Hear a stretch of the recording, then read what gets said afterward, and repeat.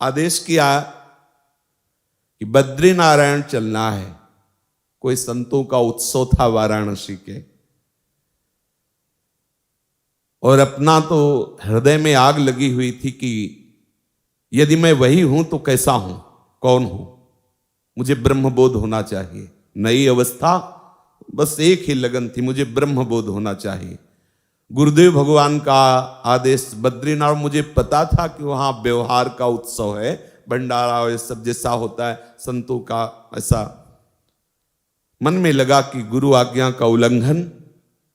और ये आग, जो आग थी, उसने हमें आदेश किया बनारस से बाहर नहीं जाना। क्या करें? उस समय तक समाधि मठ में रहते थे, मुमुक्ष भवन के पास है। एकदम अंदर से निश्चय आया, एक बार कूदो। बस एक दो वस्त्र लिए बाहर निकले तो जो गेट द्वारपाल थे, और उनका इस समय आप कहां जा रहे हैं? तो हमने कहा प्रश्न करने की जरूरत नहीं, सदगुरुदेव भगवान पूछे तो कह देना 80 घाट में है। चले गए, क्योंकि पास कुछ ले रहे थे, चेक करने की जरूरत नहीं। आश्रमों में ऐसा होता, और ऐसा होना भी चाहिए कि उनकी सुरक्षा में सहयोग देना चाहिए जो जहां है, क्योंकि उससे भी तो प्रश्न होते हैं।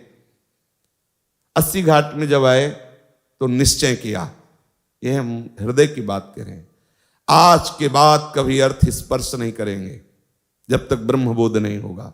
आज के बाद किसी के दरवाजे पर भिक्षा के लिए नहीं खड़े होंगे, और किसी को अपना मित्र नहीं बनाएंगे।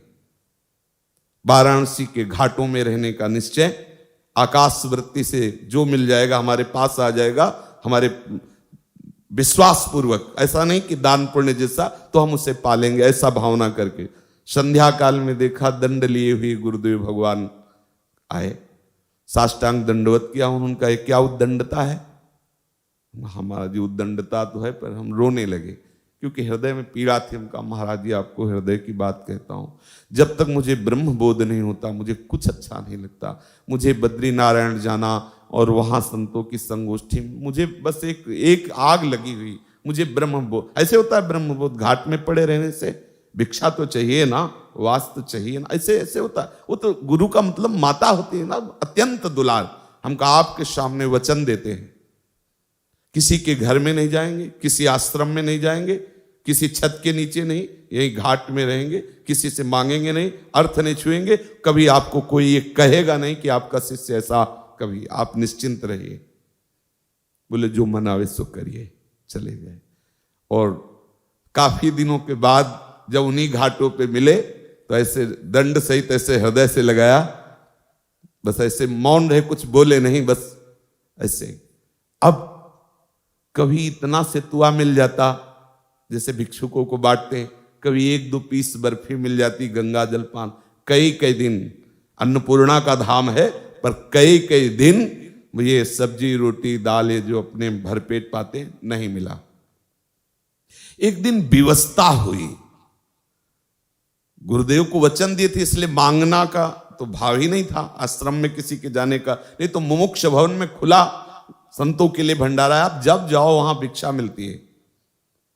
लेकिन वो जो आग थी ब्रह्मबोध प्राप्त करने की, उसने ये सब कर दिया। दरवाजे पे जाके बैठ गए, मांगना नहीं है लेकिन बैठ गए।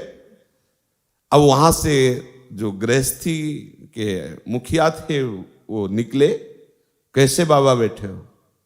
ऐसे ही बैठ गए। भोजन पाओगे? उनका जैसी प्रभु की इच्छा, महादेव की जैसी इच्छा, बैठो।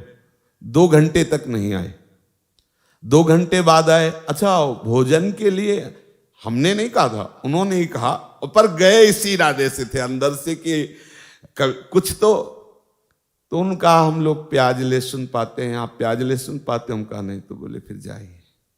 बहुत हंसी आई मन की चाल पर जब बाहर ले कर, ठीक इसको ठीक दंड दिया गया। ये तो ये परमार्थ क्या है आपने अभी देखा नहीं है, लेकिन उसी परमार्थ का फल आपको केवल आज्ञा पालन से मिल जाएगा।